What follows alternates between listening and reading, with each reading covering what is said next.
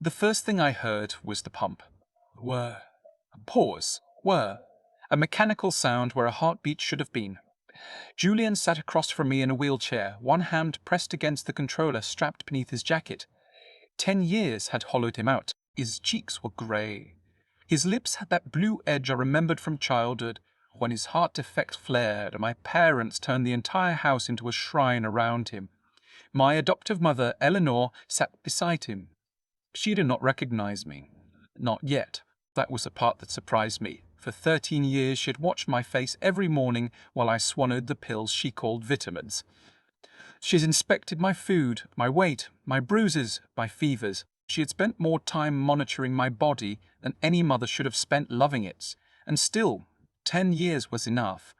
A different last name, a different haircut, a thin scar near my temple, a physician's white coat beneath a black blazer. Authority changes a face more than age does. The glass office of the National Organ Transplant Network overlooked the river. Rain streaks the windows. Behind me, the city looked grey and distant. Eleanor pushed a red folder across my desk. "Madam Director, please."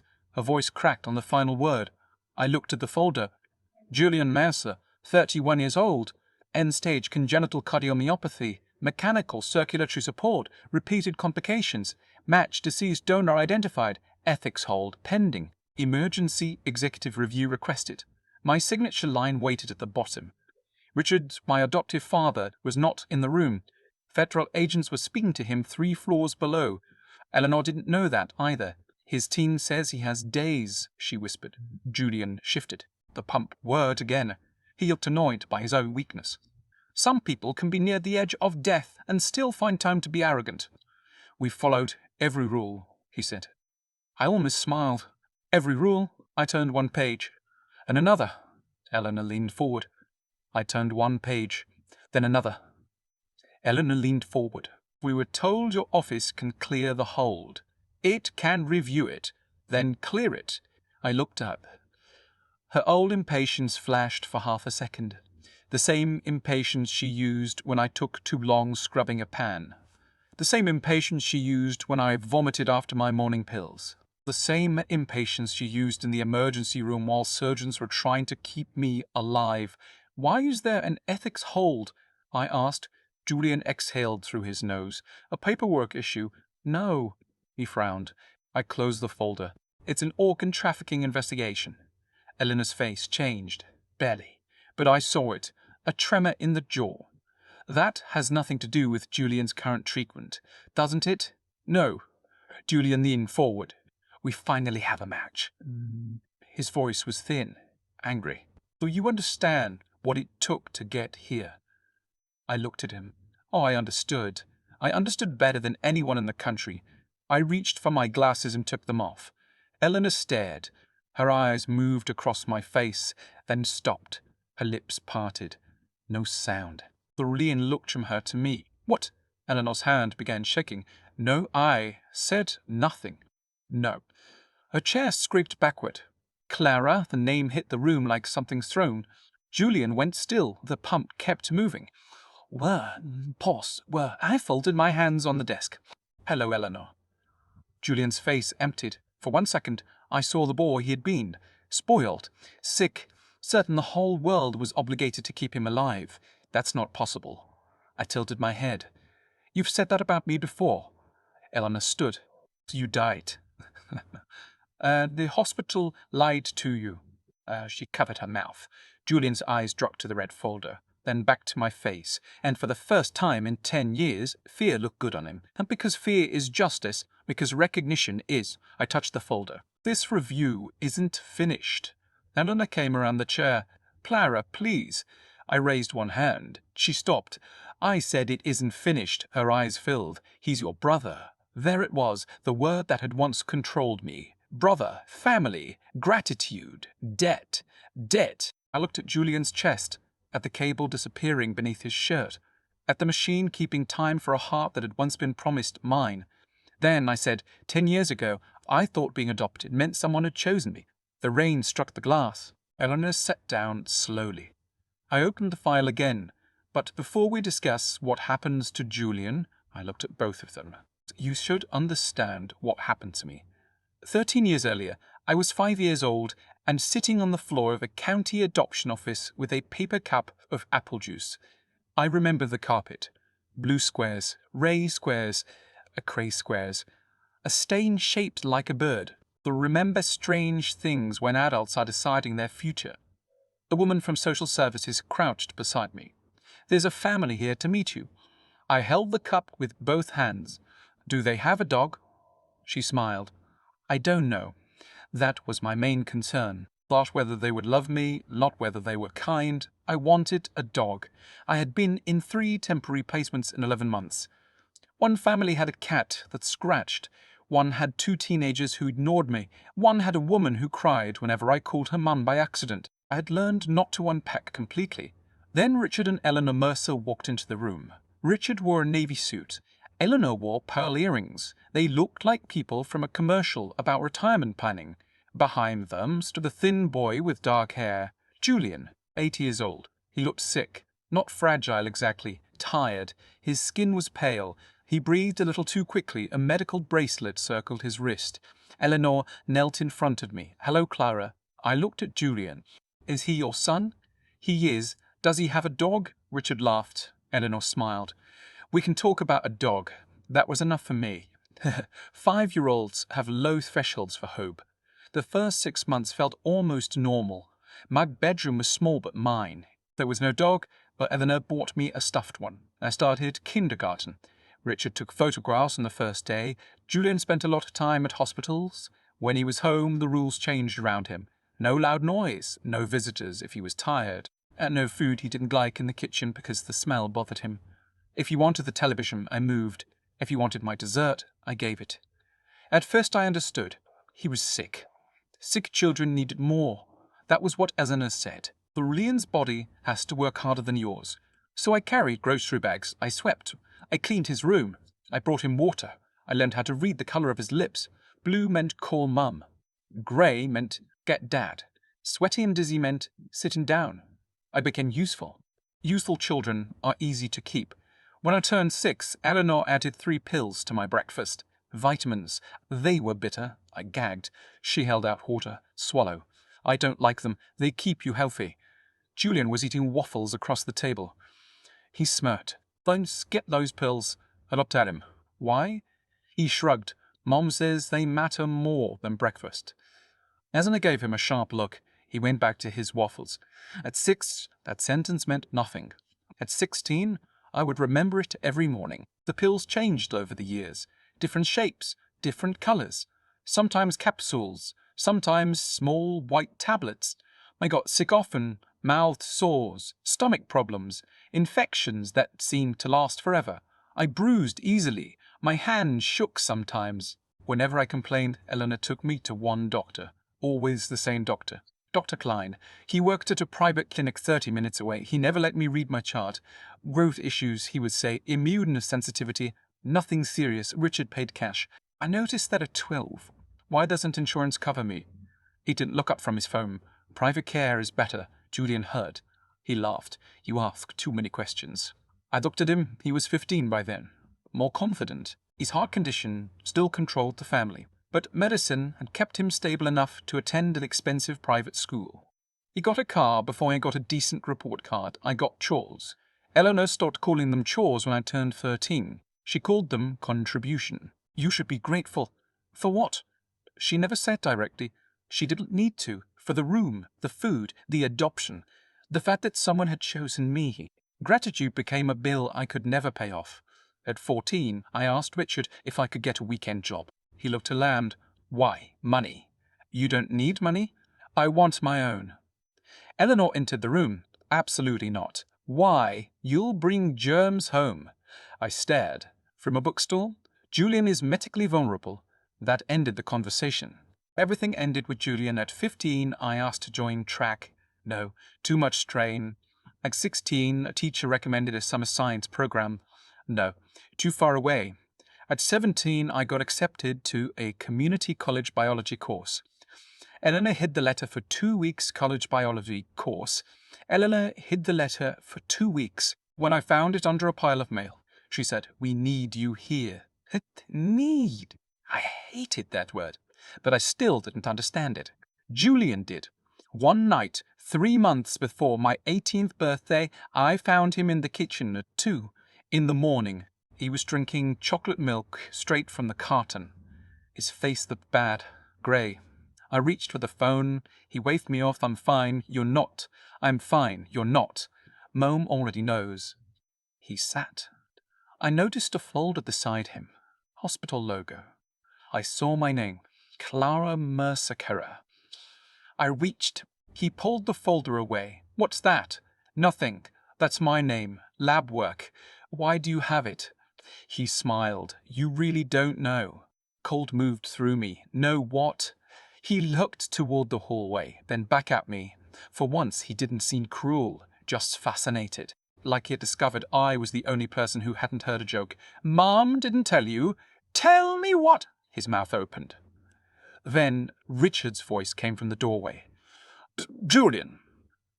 My brother closed the folder. Richard walked in. His expression was calm. Too calm. What are you two doing? Nothing, Julian said. I pointed. Oh, why does he have my medical file? Richard looked at the folder. Compatibility testing. For what? Family records. What does that mean? Eleanor appeared behind him in a robe. Clara, go to bed. No, her face changed. Not anger. Calculation. You're tired. I'm not. Go upstairs. I looked at Julian. He wouldn't meet my eyes now. I went upstairs because 17 years of obedience is a heavy thing. The next morning, the folder was gone. My pills were waiting beside breakfast. I stared at them. Eleanor watched me. Take them. What are they? Don't start this again. Are they vitamins? Yes. Show me the bottle. Her eyes hardened. Take them. For the first time, I didn't. I left the pills on the table. Julian came in 10 minutes later. He saw them. Then me. You skipped? Yes. He frowned. Don't do that. I almost laughed. You care about my vitamins now. His face did something strange. Fear. Not for me. For himself. Like them, Clara. Why? Because Mom says so. That's not an answer. He grabbed the glass and shoved it toward me. Don't be stupid. I stood. He stood too. We stared at each other. Then he said very quietly, You're no good to anyone if you mess up the schedule. My skin went cold. What schedule? Eleanor walked in. Julian backed away. She looked at him. Then me. School. Now. That sentence stayed with me all day. No good to anyone. Schedule. The compatibility. My medical file. I started planning to leave after my 18th birthday. Nothing dramatic. I had no money, no car, no phone. They didn't monitor. But I had a teacher named Misty Math, Thomaline, who had once told me, if you ever need help applying for college, come see me. I began hiding documents. Birth certificate copy, school transcript, social security card. I photographed my pill organizer when Eleanor wasn't looking. I wrote down the markings. I didn't know what they meant. I only knew I was done swallowing mystery, for people who called it love. 2 weeks after my 18th birthday, Julian's health crashed. He spent 9 days in the hospital. When he came home, the house felt like a funeral that had forgotten to announce the body. Richard stopped sleeping. Eleanor lived on the phone. Julian stayed in bed. I heard words through doors. Function declined. Not enough time. Antibody profile. Candidate. Wait list. One afternoon, Eleanor saw me standing in the hallway. She stopped talking. Richard turned. I smiled. How is he? Eleanor's eyes moved over my face. My shoulders. Eleanor's eyes moved over my face. By Chelsea. Not like a mother. Like inventory. That night she placed new pills beside dinner. Take these. No. Her hand froze. I said no. Richard looked up. Julian stared at me from the sofa. Eleanor's voice softened. Clara, this isn't the time. For what? Attitude. What are they? Vitamins. Then show me the label. Julian muttered. Jesus. I turned. What? He looked sick, angry, tired of this. Of what? Everything being about you now? I laughed. Everything has been about you since I was 5. His eyes narrowed. You don't understand what it's like. To be sick, to wake up wondering if your heart will stop. I looked at him. For 1 second I felt guilty, old habit. Then he said, You have no idea what people would give to have what you have. I stared. What do I have? His eyes dropped to my chest. Only for a second. That was enough. I didn't sleep. The next evening, I stayed late at the library. I had arranged to speak to Miss Brill, formally the next morning. I was going to show her the pill markings, the medical file story, everything. It was raining when I left. The sidewalk shone under streetlights. I remember checking my phone. 8:17 p.m. I remember a truck engine accelerating, not nearby, toward me to now fight and accelerating, not nearby, toward me. I looked up. Headlights, too close. The pickup jumped the curb. There was no time to run. Impact does not feel like movies. There is no clean sound. There is force, confusion, a wall arriving, then the ground. My legs were somewhere beneath metal. I could not feel my left foot.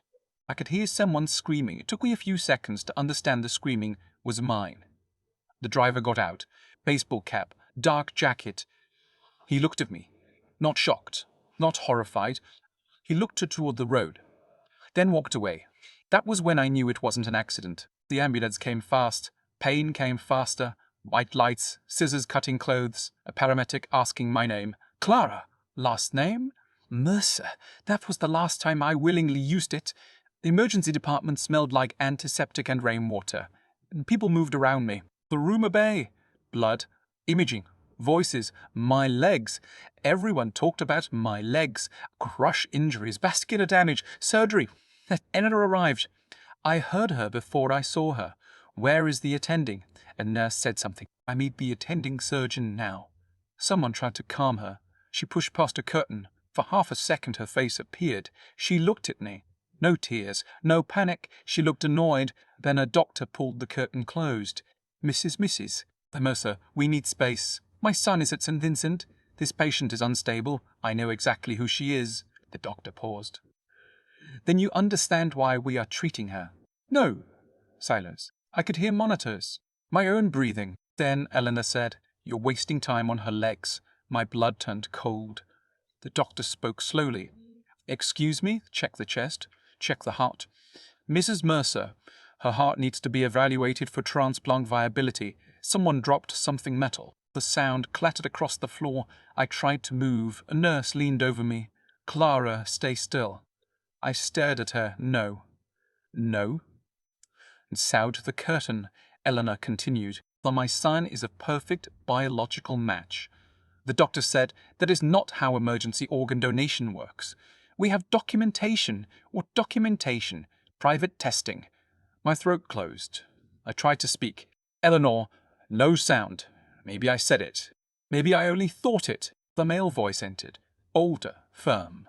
Who ordered transplant labs on a trauma patient? The room changed. People moved. Someone said, Dr. Aris. He came to my bedside. Late 50s. Dark skin, silver at the temples. Trauma surgeon. His eyes moved across the monitor, then the lab panel. He frowned. Who is she? Clara Mercer. 18. Pedestrian versus vehicle. He looked at another sheet, then another. His expression changed. Not dramatically. Doctors learn not to advertise fear. Repeat talks. A resident asked, For what? Everything. He looked at me. Clara, can you hear me? I blinked. Good. He leaned closer. Do not move if you can help it. My eyes filled. He lowered his voice. Do they give you medication at home? I blinked again. Daily. Yes. Do you know what it is? No. His jaw tightened. Outside, Eleanor was still arguing. We have rights as her parents. Dr. Aris stood. She's 18. We adopted her. That does not make her an organ source. The room went silent. The sentence made the truth real. Organ source. Not daughter, not sister, source. I felt the room tilt. Dr. Aris looked at the repeat labs. He swore under his breath. Then he pulled the curtain fully shut. Call security. A nurse moved. Ellen shouted, Do you know who my husband is? Dr. Aris did not answer. He came back to me. Clara. I stared. What I'm about to say is going to scare you. Tears ran into my ears. Your blood contains medications you were never prescribed. My chest tightened. They can affect immune function. They can affect organ health. Someone has been medically conditioning you. I stopped breathing. He put one hand on the rail. I don't know the full reason yet. I knew. Julian's folder. Compatibility. Schedule. My chest. Pat. Julian, looking at me like he was waiting for something to mature. No, I whispered. This time sound came out, tiny. Broken. Dr. Aris heard it. I'm not going to let anyone take anything from you. Outside, Eleanor screamed. She was adopted for this. The entire bay stopped. The wreck. Eleanor realized what she'd said. Too late. Richard arrived 5 minutes later. His voice was lower. More dangerous. He asked for administration. Legal. A private transfer. Administration. Legal. A private transfer. Dr. Aris refused all of it. Then one of the nurses entered with imaging. She looked pale. Dr. Olaf. He stepped aside. They whispered. I caught fragments. Truck angle. Pelvis. Chest stable. No direct thoracic trauma. Dr. Olisic trauma. Dr. Olis looked toward the curtain. Then at me. Something settled in his face. A decision. He leaned down. Clara, listen carefully. I stared at him. There are people outside this room who are not acting like family. My pulse jumped. I need you to trust me for a few minutes. I almost laughed. Trust had become a dangerous word. He saw it. Fair. He nodded once. Then don't trust me. Watch me. That sentence saved me. Not trust me. Watch me. He explained only what I needed to know. He was going to create the appearance that my condition had worsened catastrophically while law enforcement was contacted. No details. No tricks I could follow later. Just one promise. They cannot harvest from a patient who is alive and refusing. I gripped the sheet. Julian is not your responsibility. My mother began shouting again outside. Dr. Aris looked at me. Do you want to live? I almost hated the question. Then I realized nobody in my family had ever asked me that. Yes, good. He straightened. Then stay with me. The next hour blurred. My heart rate changed. Alarms sounded. People moved. A controlled emergency became a wall of noise. Through it, I heard Eleanor demand access. I heard Richard threaten the hospital. Then I heard Dr. Aris step outside. His voice was flat. I'm sorry. Silence. Eleanor inhaled sharply. The heart, not viable. What? Severe trauma, not viable. What? Severe trauma, not usable. No. Mrs. Mercer, no. Her scream was not grief. It was rage. Pure, ugly. You don't understand. We prepared her. There it was again. Prepared. I lay still, eyes closed. Monitor sounds slowed. Voices became distant. Someone covered my face. For a few seconds, terror took everything. What if Dr. Aris was lying? What if he was part of it? What if I woke without, then his hand touched my wrist? 2 taps. The signal he had promised. Alive. Still mine. I let the darkness come. I woke cold. Very cold. Metal beneath. Me low hum. My body shook. I opened my eyes. My body shook. I opened my eyes. Dimmed light. Industrial ceiling. Shelving. A morgue holding area. For one wild second I thought I had died. Then Dr. Aris appeared above me. No. I tried to move. Pain exploded through my legs. He held my shoulder. Don't. Where? Restricted. Lower level. His voice was barely above a whisper. Hospital administration is in chaos. Your parents are being questioned. Richard's attorney is trying to move you. Move me, they still think you're dead. I stared. He nodded. I bought us hours, maybe less. My teeth chattered. Why? Because I heard your mother say she adopted you for your organs. He pulled up a chair. And because your labs make me believe she meant it. I started crying. No sound, just tears. Dr. Mouth. Just tears. Aris looked away for a moment, then back. You need surgery. My legs. Yes, will I walk? He didn't lie. I don't know. That answer was the beginning of my new life. The police investigation should have exploded everything immediately. It didn't. Richard had money. The lawyers. A private physician. Records designed to look like chronic immune treatment for a rare condition I didn't have. The truck was found abandoned. The driver vanished. Eleanor denied her words. Hospital staff had heard enough to create suspicion. But suspicion is not a conviction. Dr. Aris made a choice that would have cost him his career if exposed the wrong way. He helped me disappear, not into crime, into protection. The victim services attorney arranged emergency identity safeguards while authorities investigated. A hospital across the state accepted me under restricted access. Dr. Aris transferred my care. He stayed. Not every day, but often. My first surgery lasted hours. The second came 3 days later, then another. My left leg healed crooked before they corrected it. My right knee never became normal. For 9 months, walking meant parallel bars, sweat, humiliation, and pain. I hated physical therapy. I hated cheerful posters. I hated people saying, one more step, one more bend, one more minute. Dr. Aris never cheered. He sat in the corner reading charts. When I fell, he said, again, I wanted to kill him. One afternoon, after I threw a therapy band across the room, I signed, I can't. He looked at the board. That's different from won't. I glared. Which is it? I stood. That was his method. No inspiration. Precision. My new identity became Evelyn Aris on some protected records, though he never formally adopted me. I chose Evelyn because it was ordinary. Aris because when the paperwork clerk asked for a surname, I panicked. Dr. Aris looked horrified. Absolutely not. I wrote, too late he ate. He rubbed his face. You have terrible judgment. It was the first time I laughed after the crash. The name stayed. Clara Mercer became a closed case file. Evelyn Aris learned to walk with a slight limp. She also learned what had been in the pills. Not vitamins, not exactly one dramatic poison. A medically reckless combination of prescription drugs and immune-modulating agents that made no legitimate sense for a healthy child. Taken over years, they had damaged parts of my liver and kidneys. Why?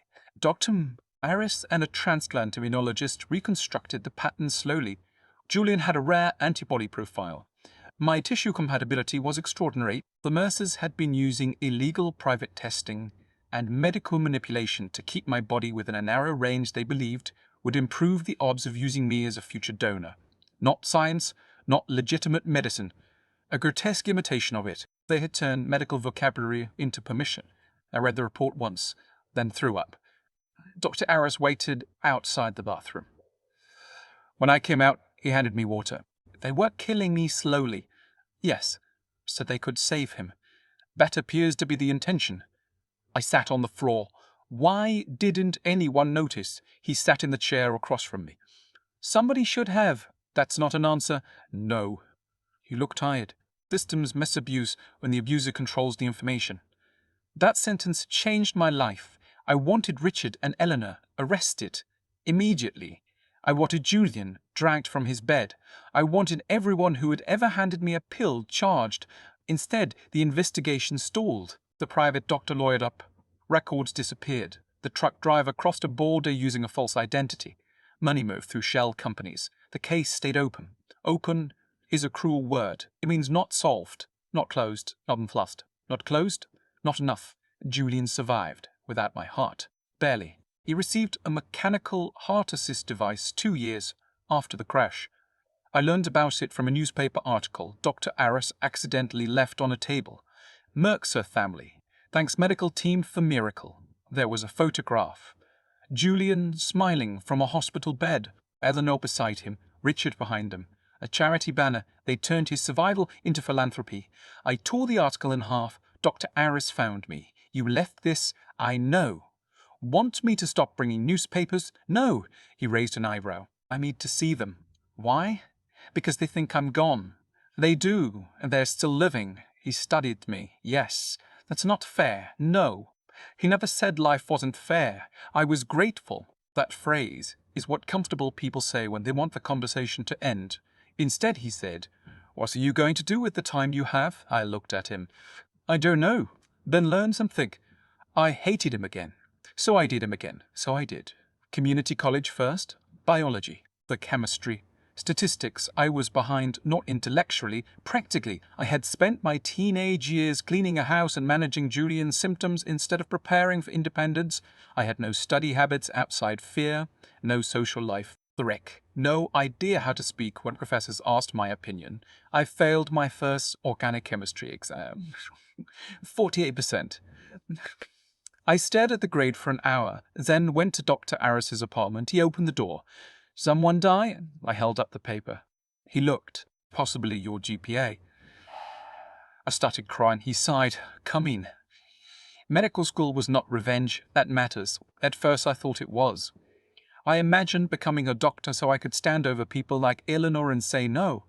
That fantasy got me through bad nights. It would not have gotten me through anatomy lab. What carried me was something else. I understood what it felt like when medical language was used to erase a person. I wanted to know the language better than the people who had used it against me. I wanted to understand consent, allocation, ethics, transplant law, care systems. I wanted to know where the cracks were, not to exploit them, to close them. To close them, Dr. Aris noticed before I did. "You're not going to be a surgeon," he said. I looked up from my notes. "Why, you hate operating rooms. I can learn." "You can," he sipped coffee, "but you light up when hospital council visits." I stared. "That's insulting, it's accurate." I moved toward transplant medicine, then policy, skill training, public health, medical administration. Every year I became less interested in being the hand holding a scalpel, and more interested in who wrote the rules around the room. Dr. Aris called it bureaucratic corruption of a good mind. I called it leverage. By 26, I was working inside regional transplant oversight. By 27, I had authored a national review on coercive donation. By 28, the board of the National Organ Transplant Network interviewed me for executive director. The chair asked, "Why transplant ethics?" I could have told the truth. Instead, I said, "Because consent is meaningless if the vulnerable person cannot say no safely." He paused. "That's unusually specific. Yes, I got the job. That night Dr. Aris came to dinner. I placed the appointment letter on the table. He read it, then looked at me. "Absolutely not." I smiled. "You said that about my last name, and I was right. You're proud." "No, you're terrible at lying." He sighed. "I am proud." I looked down. The words hurt more than I expected. No one had ever said them without wanting something back. I cleared my throat. "There's something else." He waited. "I want the Mercer files reopened." His face changed. "Through proper channels?" "Yes. Not because you now have access, because I now know where to send the evidence." He nodded slowly. "Good. The investigation restarted with new people. That mattered. Not my employees, not anyone I could pressure. Federal investigators, state prosecutors, transplant fraud specialists. I disclosed my identity and conflict. I recused myself from evidence handling. Then I gave them Dr. Aris's preserved toxicology records, the pill logs, the original trauma notes, witness names, the statement Eleanor screened in the ER. From there, professionals did what they were supposed to do. The money finally surfaced. A $50,000 transfer from a Mercer-controlled account to a shell company 2 days before the crash. Then cash withdrawal. Then surveillance placing the truck driver at Richard's office months earlier. The driver was found in another state under a different name. Faced with federal charges unrelated to me, he cooperated. He admitted Richard paid him to cause a crash. Thought kill her outright, his lawyer insisted. I read that line in the charging memo. Not kill her outright. As if aiming a truck at an 18-year-old contained restraint. Then Julian's messages surfaced. That was worse. He had known. Not suspected. Known. Not suspected. One message to Richard: "If we're doing this, do it before July. I am not spending another summer attached to machines." Another: "Mum says Clara skipped doses again. Fix it." Another: "I don't care how. I want this done before Europe." I read those 3 lines alone in my office. My hands went numb. For years, some small damaged part of me had protected Julian. He was a sick child, I told myself. He had grown up inside the same warped family. Maybe he didn't understand. Maybe his cruelty was fear. Maybe he never knew the full plan. The messages took that mercy away. He was 21 when he sent them. Old enough. Fully informed. He had wanted my heart before a vacation. I walked into the restroom, locked the stall, then cried so hard I had to sit on the floor. Power does not stop old grief from finding you. It only gives you a better office to hide in. 3 months later, a priority alert appeared on the network dashboard. Julian Mercer. Mechanical support complications. Urgent status. Match donor. I stared at the screen. The universe does not arrange justice. Computer systems do not know irony. A donor had died. A real person. A family somewhere just said yes to giving away parts of someone they loved. That mattered. More than Julian, more than me. The match was medically valid. Then a red compliance flag appeared. active federal investigation involving attempted organ trafficking and coercive procurement, mandatory ethics review. The case routed to my office because of its national sensitivity. I almost laughed. Then I almost vomited. I called General Counsel. I have a conflict, yes. You know? Everyone in this room knows your sealed disclosure. Good. I requested an independent ethics panel. No shortcuts, no secret deletion, no vengeance disguised as policy. The panel reviewed whether Julian's documented participation in attempted organ trafficking created eligibility concerns under the network's rules. It did, not because bad people do not deserve medicine. That is not how ethics works. The active participation in coercive organ procurement created a serious integrity issue, especially while the investigation was unresolved. His status was placed on temporary hold, pending emergency review. The donor organ moved to the next medically appropriate candidate, a different patient, a woman in Ohio. I never learned her name. That was correct. I emailed the network within 20 minutes. Then Richard. Then Julian's cardiologist. Then a senator. Then 2 lawyers. Money still believed doors were supposed to open. I refused to take the calls personally until a review meeting. Eleanor requested an in-person executive appeal. Julian demanded it. General Counsel asked if I wanted to recuse completely. I looked at the evidence summary. I will chair only the institutional portion. Are you sure? No, that's not reassuring. I'll have independent counsel in the room and the ethics panel. Yes, and federal observers. Yes. He stared at me. You thought about this for 10 years. The day before the meeting, Dr. Harris came to my office. He looked older, more grey, same eyes. He stood by the window. You can still step out. I know. You do not have to be the person who says no. And I'm not. He looked at me. The panel is. Then why were you in the room? I didn't answer. He turned. Evelyn. Only he used that name like it still belonged to a frightened student. I want them to see me. Why? Because they built their whole life on the assumption I disappeared. He was quiet. I want that assumption to end. He nodded. That's honest. Is it wrong? No. Then, but do not confuse recognition with permission. I knew what he meant. Power. A hospital office. A signature. The fantasy of holding someone else's life. I won't. He studied me. You sound disappointed. I laughed. He laughed, so maybe a little.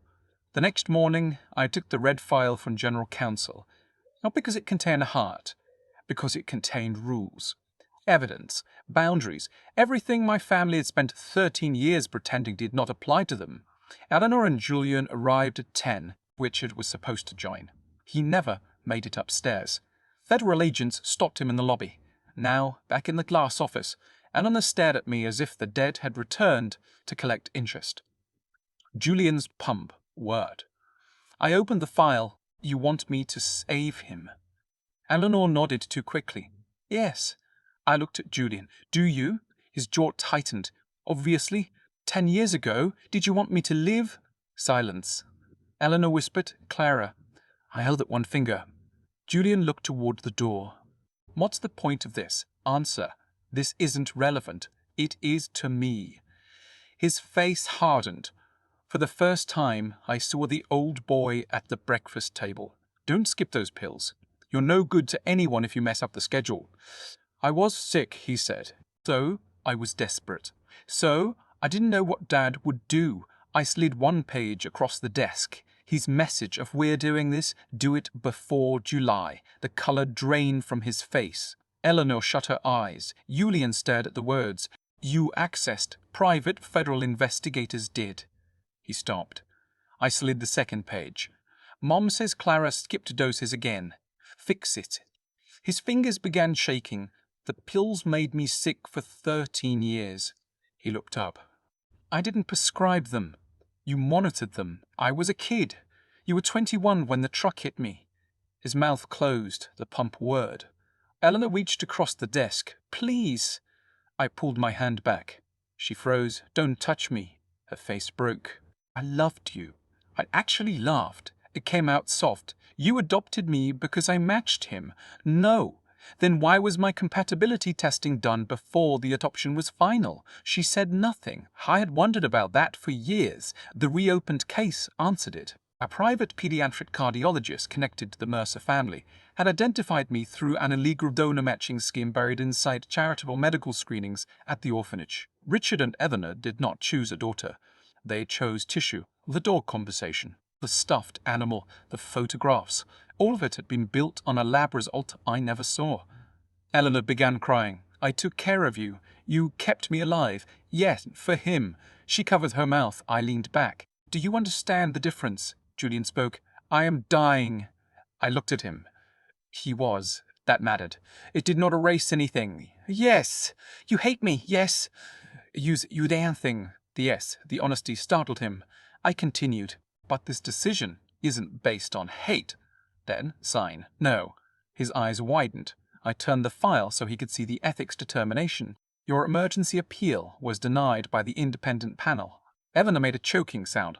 Julian reached for the paper. I held it in place. The donor organ has already been allocated to the next eligible patient. No! His voice cracked. No, this review found documented evidence of your active participation in an attempted coercive organ procurement scheme. That was 10 years ago. Yes, I was young. 21, I was sick. So was I. He slammed one hand on the desk. The pump alarm chirped. Eleanor jumped. Julian! He breathed hard. I pressed the intercom. A medical team outside stepped closer, but I did not have them enter yet. I was not going to let him collapse the theatre. He steadied, then looked at me with pure hatred. You wanted this. I thought about it. Part of me did. Eleanor stared. I continued. But that part of me does not write policy. The door opened. General Counsel entered with 2 ethics officers. Behind them stood federal agents. Eleanor stood. What is this? One agent addressed her by full name. Her knees seemed to weaken. Julian looked at the badge, then at me. Richard was brought into the hallway in handcuffs. Eleanor saw him through the glass. No. The agent began reading the charges. Conspiracy, attempted murder, organ trafficking offences, medical fraud, evidence tampering. Julian whispered, Mom. It was the first time he sounded like someone's child. Eleanor lunged toward me. Not far. 2 officers stopped her. You did this. I didn't move. No. I looked at Richard beyond the glass, at Julian's medical file. At the evidence. You did. Julian's breathing became shallow. A cardiology nurse entered. He tried to wave her off. She ignored him. Good nurse. He looked at me while she checked the device. What happens now? That question carried more than medicine. I answered only the medicine. Your current support continues. Your team can pursue every lawful option available. Your eligibility can be reconsidered if and when policy allows. His face twisted. You know I don't have time. I know. The words tasted bitter. He leaned back. For 10 years I'd imagined telling him something cruel. I could have said, then hurry. Or, now you know how waiting feels, or worse. I said none of it. A donor heart is not a written. A donor patient is still a patient, even when the patient once wanted your body opened for parts. That boundary saved something in me I hadn't known was still alive. Federal agents arrested Eleanor and Richard that morning. Julian was questioned under medical supervision. Status remained on hold while the criminal case moved. The donor heart went to Ohio. I went home. No champagne, no balcony, no vacony, no victory. I took off my shoes and sat on the floor beside the couch. For an hour, I listened to my refrigerator hum. Then I called Dr. Aris. He answered. Did you behave? No. How badly? I didn't kill anyone. Promising start. I laughed. Then I cried. He stayed on the phone without speaking. Wet enough. The criminal case took 14 months. Richard fought everything. Eleanor cooperated late. Thought out of conscience, out of fear, the truck driver testified. Dr. Klein, the private physician who'd managed my vitamins, surrendered his license and entered a plea agreement. His records proved years of medically unnecessary conditioning. The prosecution was careful with language. So was I.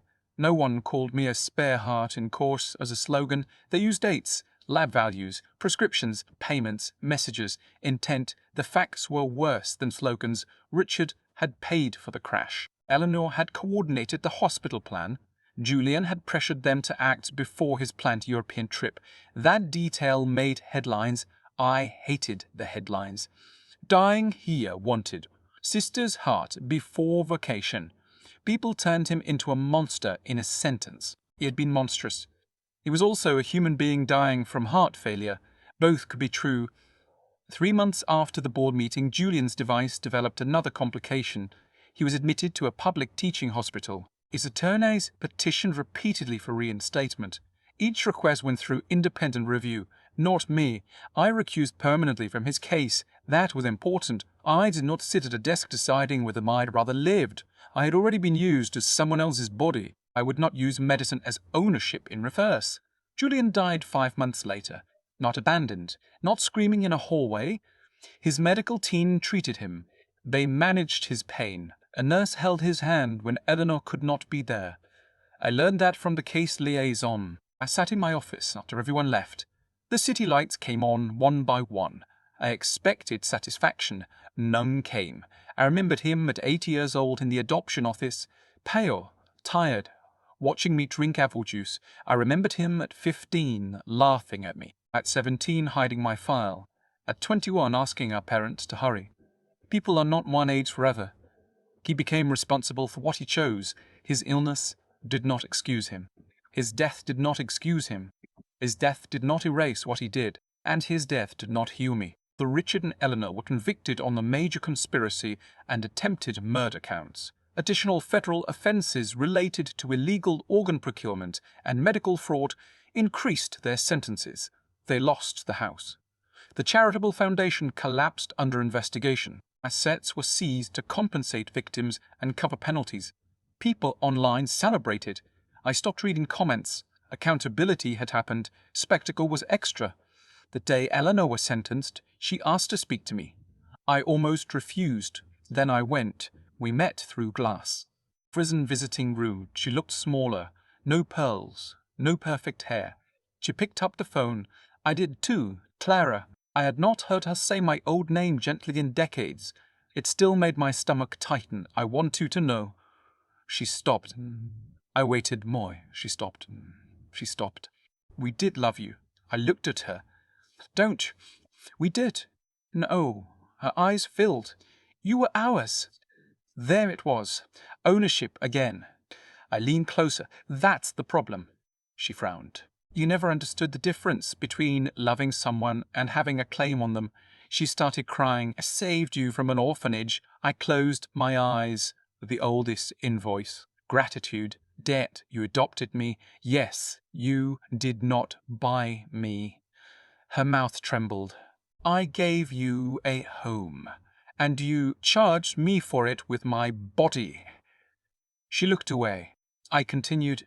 5-year-old children do not owe adults organs because they signed adoption papers. She covered her face. I almost felt sorry for her. Almost. Then I remembered the ER. You're wasting time on her legs. Check the heart. I set the phone down. She looked up. Clara. I stood. She pressed one hand to the glass. I left. I never visited Richard. Some doors do not need ceremonial closure. Dr. Aris retired the following year. He pretended not to.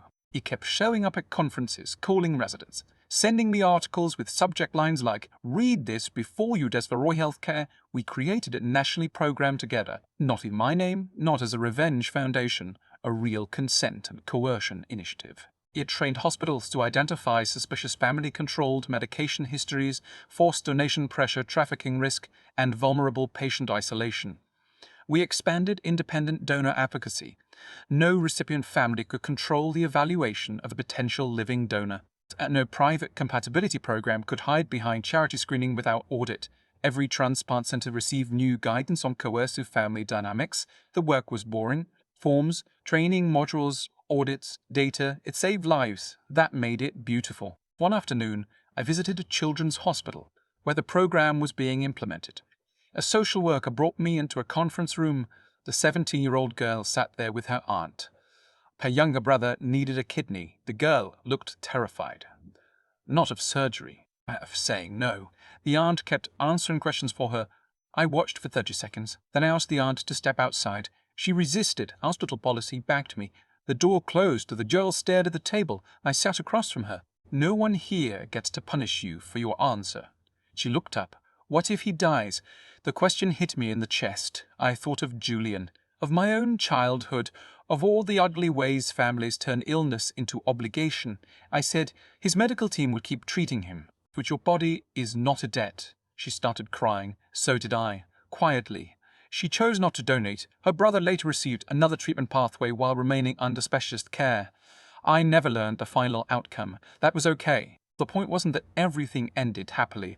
The point was that one girl got to answer a question nobody had allowed me to answer. Do you want this? Years after the case, a journalist asked me why I stayed in transplant medicine. We were sitting in the same glass headquarters office. Different furniture. Same river. She knew my history. Everyone did by then. Doesn't working here keep you inside the trauma? I looked out the window. Sometimes. Then why stay? I thought about the morgue, the parallel bars. My first chemistry exam, the messages from Julian. Eleanor on her knees. The donor heart that went to someone in Ohio. Is the donor heart the tending to what instead of trust? Because people think ethics is the part that slows medicine down. She waited. It's the part that keeps medicine from becoming ownership. She wrote that down. I laughed. That sounds rehearsed, was it? No. Good. After the interview, I went downstairs. There was a donor recognition wall in the lobby. No names of recipients. No ranking. Just small bronze plates for families who chose donation after loss. I never touched those plates. They belonged to grief I hadn't earned. But I stopped there often. A donor is not spare parts. A patient is not an inventory system. A child is not a backup plan. Those sentences seem obvious. They weren't obvious in my house. My family had used the language of medicine to make something evil sound practical. Matching, conditioning, timing, viability, need. The words were clean. The intention was not. 10 years after the crash, my limp was still worse in cold weather. My liver numbers had improved, but never fully normalized. My kidneys required monitoring. The damage from those years of pills lived in me. So did everything else. Scars are records too. One winter morning, Dr. Harris visited headquarters carrying a paper bag. He placed it on my desk. What is this? Breakfast. I ate. No, you drank coffee. That counts. You're a terrible doctor. I'm not a doctor anymore. Exactly. He opened the bag. Waffles. I stared. He opened the bag. Waffles. I stared. He noticed. Problem? Julian. Breakfast table. Don't skip those pills. I almost told him. Instead, I took one. Dr. Harris poured syrup. Too much. I laughed. What? Nothing. He sat across from me. For a while, we ate in silence. Then he said, Do you ever miss being Clara? I looked at him. I am Clara. He nodded. I know Evelyn too. Also know I tore off a piece of waffle. The Mercers didn't get to keep the name. He smiled. Good. Outside, snow began to fall. The river turned white around the edges. My computer chimed an ethics alert. A living donor case. Potential coercion. I opened it. A 24-year-old man. His father needed a liver transplant. Family pressure documented. Independent review requested. Daphne Runt review requested. Aris looked at the screen. Going to work? Yes. He stood. Try not to terrify anyone. No promises. He put on his coat. At the door he turned. Clara. I looked up. I'm glad you lived. Simple. No lesson. No speech. My throat tightened. Me too. He left. Simple. No sesh. He left. I sat alone for a minute, then opened the case. Years ago, Eleanor told a surgeon my legs were a waste of time because she wanted what was inside my chest. She thought the most valuable part of me was an organ that could be removed. Richard thought adoption gave him ownership. Julian thought his fear gave him priority. They were all wrong. The most valuable thing they failed to take was not my heart. It was the right to decide what happened to it. And now I spent my life making sure other people kept that right too.